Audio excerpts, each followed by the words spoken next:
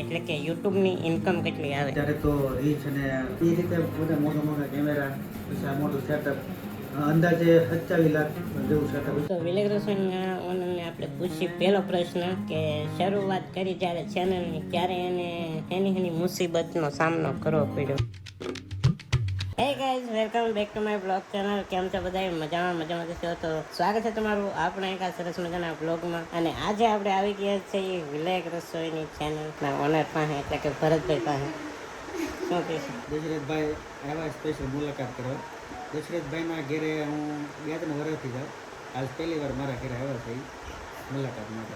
તો આપણે ઘણી વાર ભરતભાઈ આપણા ઘરે આવે, પણ આપણે પહેલી વાર આવ્યા છીએ. સગાઈમાં આવ્યા હા ભરતભાઈની, બાકી સગાઈ પછીના આજે આવ્યા છીએ અને આપણને લઈને આવ્યા છે પરવીનભાઈ. Thank you. તો છે ને આમાં એવું છે કે રસ્તો બહુ ખરાબ છે આનો, એટલે રસ્તો ચોમાસામાં તો વધારે ખરાબ થઈ જાય. એટલે વરસાદ આવી ગયો ને રસ્તો ખરાબ હતો, તોય તે આપણે બાકી ગમે એમ કરીને પહોંચી ગયા. અને આપણો ચેનલ થોડો કંઈક પ્રોબ્લેમ હતો, એ આપણે ભરતભાઈ પાસે પ્રોબ્લેમ કાંઈ નહીં, પૈસા શરૂ થવાના આઈડેન્ટિટી વેરીફાઈ કરવાની, એટલે ખાતાનું બધું લિંક કરવા, એટલે દશરથભાઈ આવેલા. ખાતું ને એવું બધું આપણે લિંક કરવાનું છે આપણી ચેનલ સાથે, એટલે આપણે આવ્યા હતા. અને બાકી આમ જુઓ તમે, નીતાબેન પણ છે.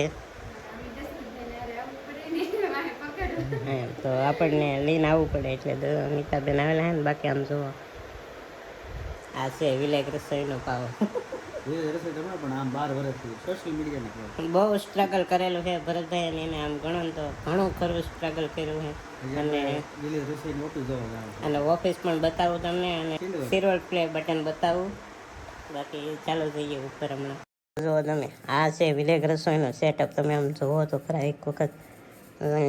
અહીંયા જો બેઠા છે, તમે જોઈ શકો છો કે એડિટિંગનું ને એવું બધું કેવું મસ્ત છે. આપણે પણ ભવિષ્યમાં કરીશું. અને ઘણી મોટી શેર માટે પહેલા જવામાં આપણે આવી લેવાની તો શું કહેવાય, ભવિષ્યમાં જોઈ ના લેવાની તો હોય ને.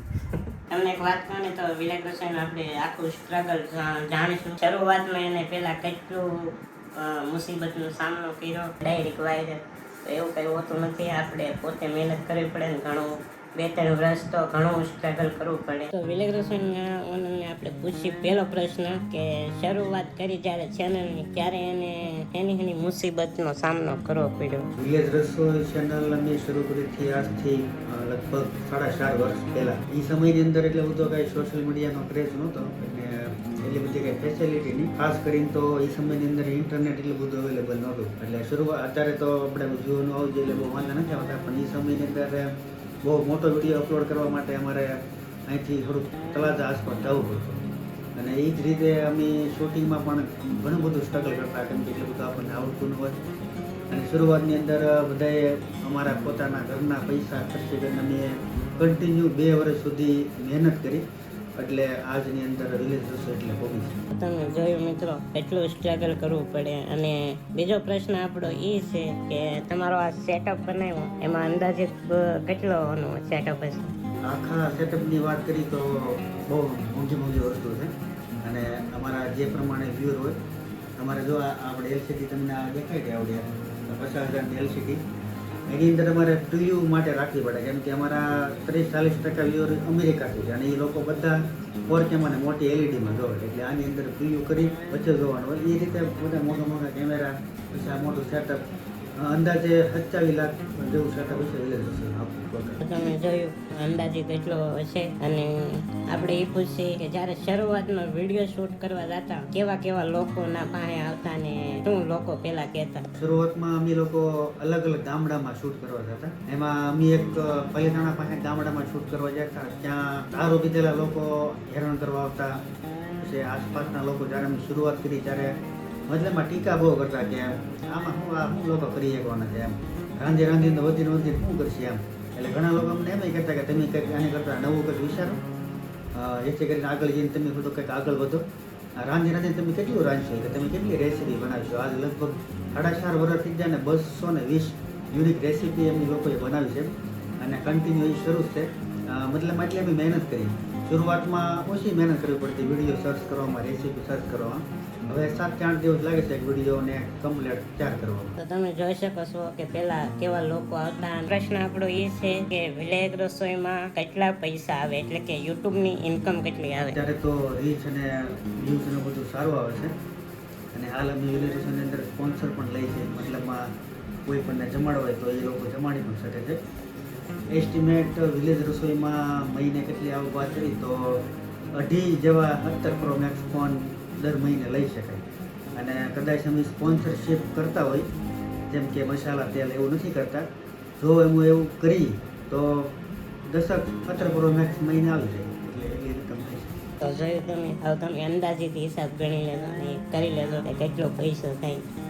તો તમે પણ આવો યુટ્યુબમાં. હવે તો બાકી કંઈ પ્રશ્ન એ નહીં, બાકી તમે કહેજો પ્રશ્ન તો આપણે નેક્સ્ટ વિડીયો બનાવીશું. અને બાકી હું તમને બતાવું કે આપણે કેમેરો યુઝ નથી કર્યો, કેમેરો યુઝ કરવાનો છે. અને આપણે બતાવીએ છીએ વિલેજ રસોઈનું મોટું ખજાનો, એટલે કે 4 વર્ષની મહેનતનું હાસું હોવાનું, એટલે કે સિલ્વર પ્લે બટન. જો મિત્રો, આ છે હાસો ખજાનો. 4 વર્ષની મહેનત ને તમે આમ જોવો છો, આવે ને એટલે અલગ જ ખુશી હોય એની. ને આશા છે કે તમે બધા પણ મને આ સપનું પૂરું કરશો.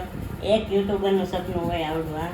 અને વિલેજ રસોઈને આપણે આ બટન તો આવી ગયું છે ને હવે ગોલ્ડન પ્લે બટન પણ આવવાનું છે ટૂંક જ સમયમાં, કેમ કે હવે થોડાક જ સબસ્ક્રાઈબ થશે. 10 લાખે ગોલ્ડન પ્લે બટન આવે છે.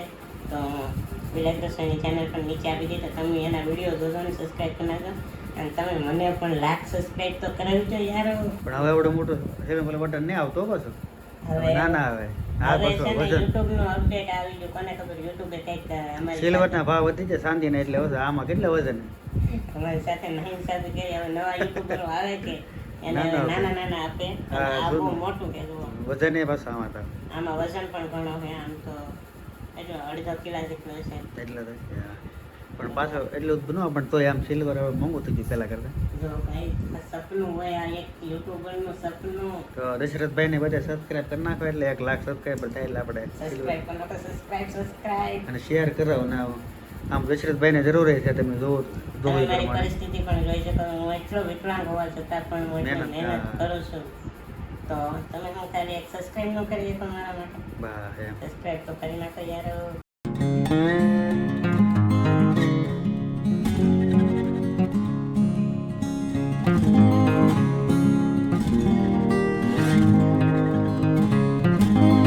ફાઇનલ ગાઈસ, તો આમ જુઓ, આ વિલેજ રસોઈના બધા વિડીયો શૂટ આવી રીતે થાય છે.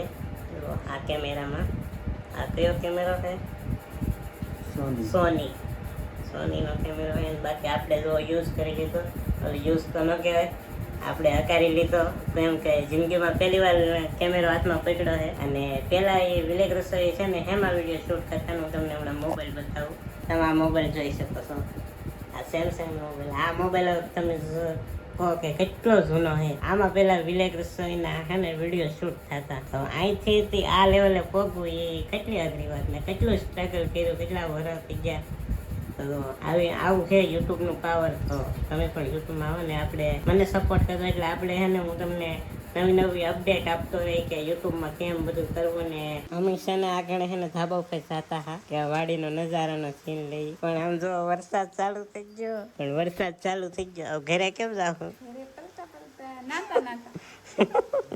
તો આમ જો વરસાદ ચાલુ થઈ ગયો, તમે જોઈ શકો છો. તો અત્યારે આપણે આવી ગયા છીએ ભરતભાઈના જૂના ઘરે. તો આ જો તમે, આ છે ભરતભાઈનું જૂનું ઘર, આ છે તેમના મમ્મી, અને ઓલા પણ છે તેમના પપ્પા. આ જો જૂનું ઘર, તો જોઈ લો તમે જૂનું ઘર કેવું છે. અને હવે શું કહેવાય, વિલેજ રસોઈમાં થોડું થયું ને સારું દુકાન બનાવ્યું. ભરતભાઈના મમ્મી શું કહેશો? તો એમ નહીં, તમારા છોકરા આવી પ્રગતિ કરે તો તમને કેવું લાગે? હા એમ. તો આપણે છે ને હવે ઘરે જવું છે, પણ આમ જુઓ વરસાદ નથી રહેતો. વરસાદ મેઘરાજા આવે, થંભી જાવ તો આમ એટલો વરસાદ આવે છે. તો મિત્રો, જાજુ તો નહીં બોલું, બાકી તમને આ વિલેજ રસોઈની ટીમના ઓનર સાથેની મુલાકાત કેવી લાગી જરા કોમેન્ટમાં જણાવી દેજો.